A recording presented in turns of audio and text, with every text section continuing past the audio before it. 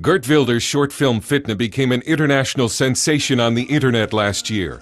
It shows acts of Islamic terrorism next to violent verses from the Quran.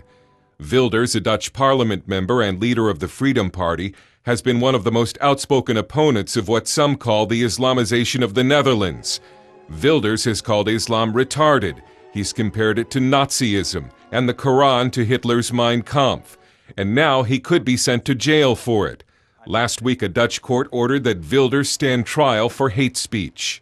A lot of Muslims in the world would like to kill Geert Wilders. He's lived for the past 4 years under state protection, with a death threat over his head, and with a number of Islamic nations around the world wanting to put him on trial for blasphemy. And because of the tight security around Wilders, we were only able to film him in an interview setting. What was the purpose of the film Fitna? Our country in the Netherlands, as many other European countries, is based on Christianity, is based on Judaism, is even based on humanism, but not on Islam. And this is what I wanted to show people, not by using actors, but by using real images and real verses from the Quran, that the Quran is not just an old book from 1500 years ago.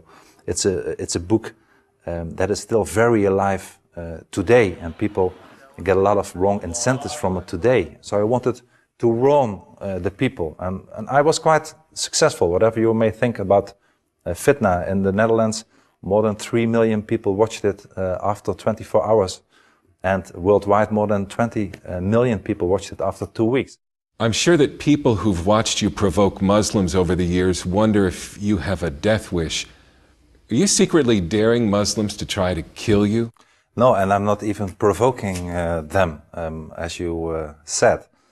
I try to warn the people in the Netherlands and maybe even abroad in Western societies about the actual danger that Islam brings to our society and to our freedom. Do you believe that a moderate or democratic Islam can exist? No, I don't believe in it. I think there is no European Islam, there is no moderate Islam. Islam is, as I see it, a fascist ideology full of hatred, submission, and anything else that we should fight against. However, I make a distinction between the ideology, I believe Islam is more an ideology than a religion, and the people. There are, of course, people, Muslims. I have nothing against Muslims who are not terrorists, who are the majority of the Muslims in my country are law-abiding people, are not terrorists at all. I've heard you call Islamic culture retarded. It is a culture of backwardness, of retardedness, of barbarism. You've been called a racist. Do you believe in the superiority of whites? No, of course not. I'm not a racist. I'm not even in contact with countries like, parties like the British National Party who believe in black and white. I'm a Democrat, full stop. In your speech to the Parliament a few days ago, you referred to Muslim colonists. What did you mean? Well, people that are coming to the Netherlands to stir up problems, or who are in the Netherlands, sometimes they are even born in the Netherlands, the younger generation, and their parents or their grandparents were born here. They are not here to integrate, but to dominate. And they don't give them, excuse my words, for all the criticism and all the culture that we have in the Netherlands today. That's why I call them colonists. There are people living here from Morocco for 30 years who don't speak one word of Dutch. So you see Islam growing, you see a government that you believe doesn't care enough. Where is the Netherlands headed on this issue? The biggest problem we face today is that the dominant political culture is one of cultural relativism. Most of the political elite and political parties really do believe in cultural relativism, really do believe that all cultures are equal. Whereas I believe they are not equal. I believe the Christian and the Judaist culture is far better, and I'm not ashamed to say it.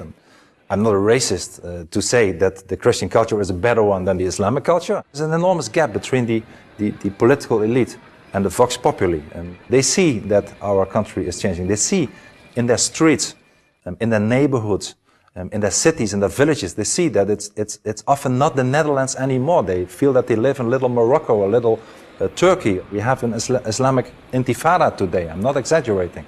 In many cities and villages of the Netherlands, this is the problem. And the government looks in the other direction and ignores it, puts it under the carpet, all the problems. Are you tired of living with a death threat over your head? Well, not tired, but sometimes, not sometimes. I wish I didn't have it. And I'm not exaggerating if I say that I lost my freedom. I mean, I lived in prison cells for half a year, in army barracks. I moved to places. My life changed a lot, and I can manage because people don't have to have sympathy with me, because I feel I have a mission. My mission is very strong, and I really believe in it. And I know that if we really don't get a sense of urgency and act and defend our culture, defend our freedom, that it's too late.